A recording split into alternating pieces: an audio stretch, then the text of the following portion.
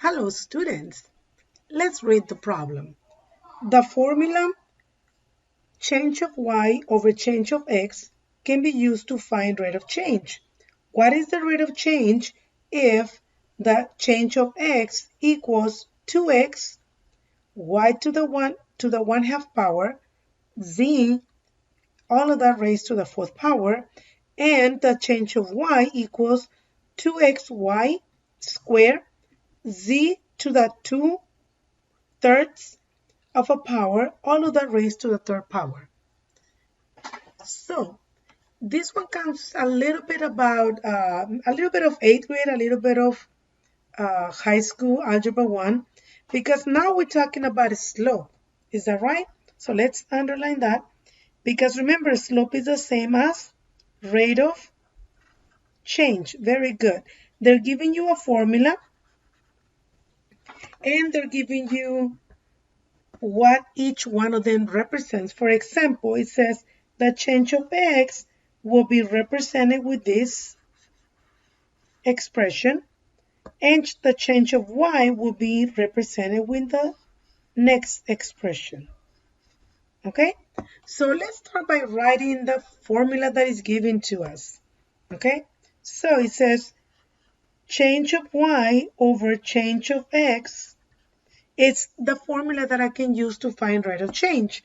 And what I'm going to do next, we're going to replace each one of those by the expression. For example, change of y, I'm going to change and I'm going to replace that with 2xy squared, z 2/3 of a power, and all of that raised to the 3rd power.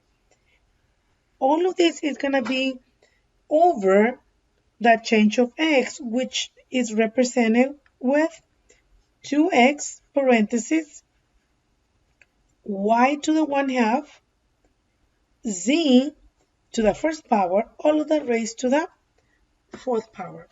Very good. So what we're going to do next is, first let's take care of the exponents, which are my power to a power. Is that right? So I'm going to write it down over here. What is it that I do when I see power to a power? And basically that means that you have a base that is being raised to a certain power, but at the same time is being raised to another power later on. Okay, so let me start with the first one over here. So everything inside the parentheses of the numerator is being raised to the 3rd power. Therefore, 2 is being raised to the 3rd power. Is that right? X to the 1st power, it's also being raised to the 3rd power. Y to the 2nd power is being raised to the 3rd power. And z, which is to the 3rd power, 2/3 of a power, is being raised to the 3rd power. So everything inside the parentheses, I'm raising it to the 3rd power. So now I see that the rule of power to a power. And what do I do when I have power to a power?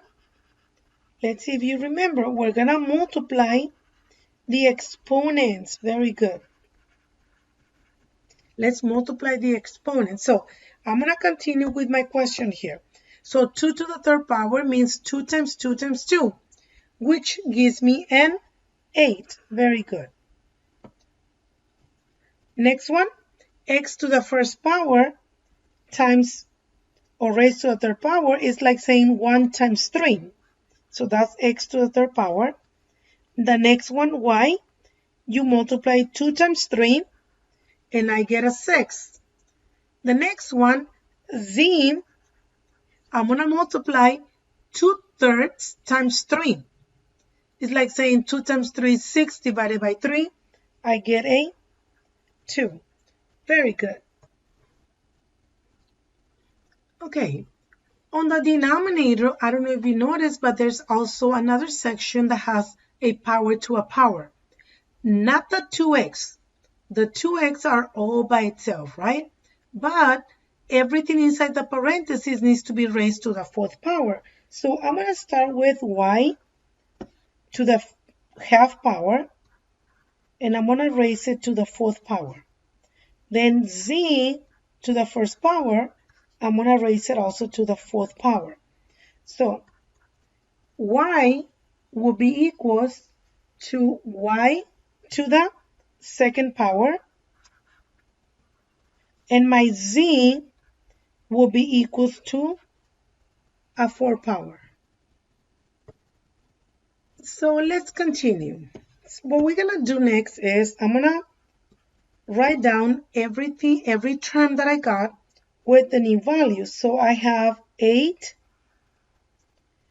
x to the third power, y to the sixth power, and z to the second power. That's on my numerator.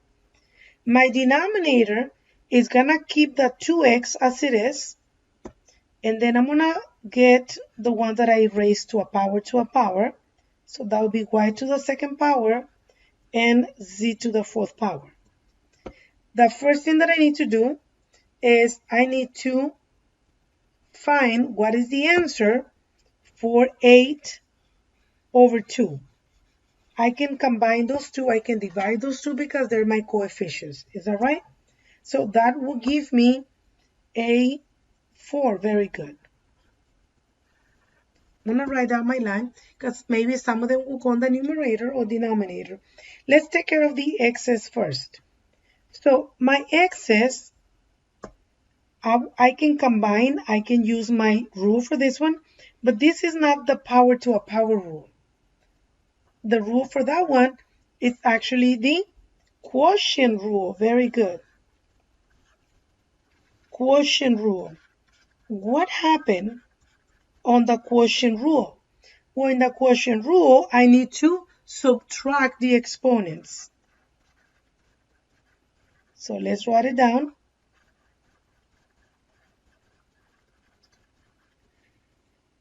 If I need to subtract my exponents, then I'm going to go ahead and take care of my x's first, right? So this will be x to the third power minus 1. That will give me x to the second power. Very good. Next, I need to take care of the y. And the y has a sixth power minus 2.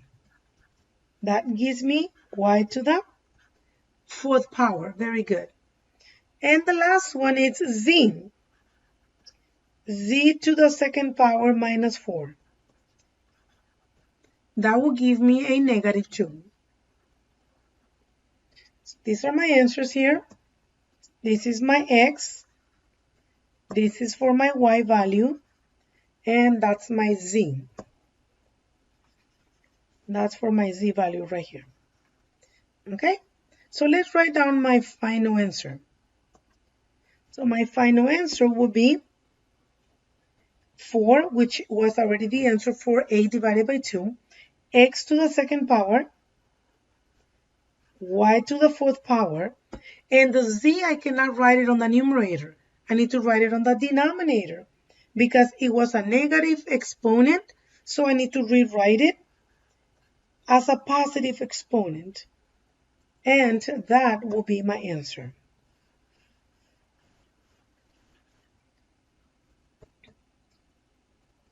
And that looks like my letter A. Very good.